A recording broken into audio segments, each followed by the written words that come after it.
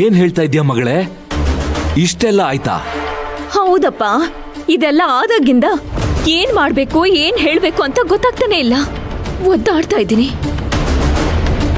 ಬೆಳಗ್ಗೆ news paper ಅಲ್ಲಿ ಬಂದಾಗಿಂದ ನನಗ್ ಗೊತ್ತಿರೋರೆಲ್ಲ ಫೋನ್ ಮೇಲ್ ಫೋನ್ ಮಾಡ್ತಾನೆ ಇದಾರೆ. ಅವ್ರಿಗೇನ್ ಹೇಳ್ಬೇಕು ಅಂತ ಗೊತ್ತಾಗ್ದೇನೆ ಫಸ್ಟ್ ಟೈಮ್ ಜೀವನದಲ್ಲಿ ಫೋನ್ ರಿಸೀವ್ ಮಾಡೋದಕ್ಕೆ ಭಯ ಆಗ್ತಿದೆ. ಅಷ್ಟೇ ಅಲ್ಲಪ್ಪ, ಬೆಳಗ್ಗೆನೆ ನಮ್ಮ ಮನೆ ಮುಂದೆ ನ್ಯೂಸ್ ಚಾನೆಲ್ ಅವ್ರು ಬಂದು ನಿಂತ್ಕೊಂಡಿದ್ದಾರೆ. ನಾವೆಲ್ಲ ಹೊರಗೆ ಹೋಗಕ್ಕೂ ಆಗದೆ ಜೈಲಲ್ಲಿರೋ ಖೈದಿಗಳ ತರ ಬಂದೇ ಆಗಿದೀವಪ್ಪ.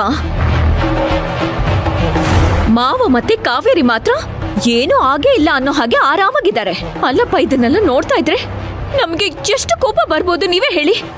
ನಿನ್ ಸಂಕಟ ನನಗೆ ಅರ್ಥ ಆಗುತ್ತೆ ಮಗಳೇ. ಅದ್ ಸರಿ, ನಿಮ್ ಮಾವ ಇದ್ದಕ್ಕಿದ್ದ ಹಾಗೆ ಹಿಂಗ್ಯಾಕ್ ಮಾಡಿದ್ರು ಅಂತ ನೀವು ಕೇಳಿದ್ರ? ಅದಕ್ಕೆ ಅವ್ರೇನಂದ್ರು? ಇಲ್ಲಪ್ಪ, ಇಲ್ಲಿ ತನಕ ನಮ್ಗೇನು ಕೇಳೋದಿಕ್ಕಾಗ್ಲಿಲ್ಲ. ಆದ್ರೆ ನಾವೆಲ್ಲರೂ ಡಿಸೈಡ್ ಮಾಡಿದೀವಿ, ಎಲ್ಲ ಒಟ್ಟಿಗೆ ಹೋಗಿ ಕೇಳ್ತೀವಿ.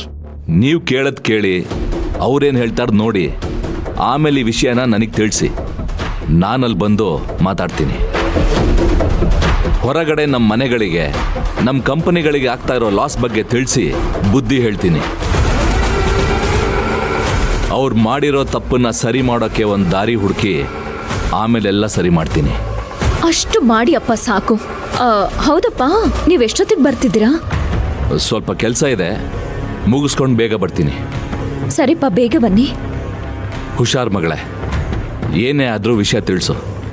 ಎಷ್ಟು ಬೇಗ ಆಗುತ್ತೋ ಅಷ್ಟು ಬೇಗ ಬರ್ತೀನಿ. ಸರಿಪ್ಪ. ಏ ಕಾವೇರಿ, ಮಾವ, ನಿಮ್ಮಿಬ್ರು ಆಟಕ್ಕೆ ನಮ್ಮಪ್ಪ ಆದಷ್ಟು ಬೇಗ ಫುಲ್ ಸ್ಟಾಪ್ ಇಡ್ತಾರೆ. ಬರೀ ಫುಲ್ ಸ್ಟಾಪ್ ಇಡೋಕಷ್ಟೇ ಅಲ್ಲ,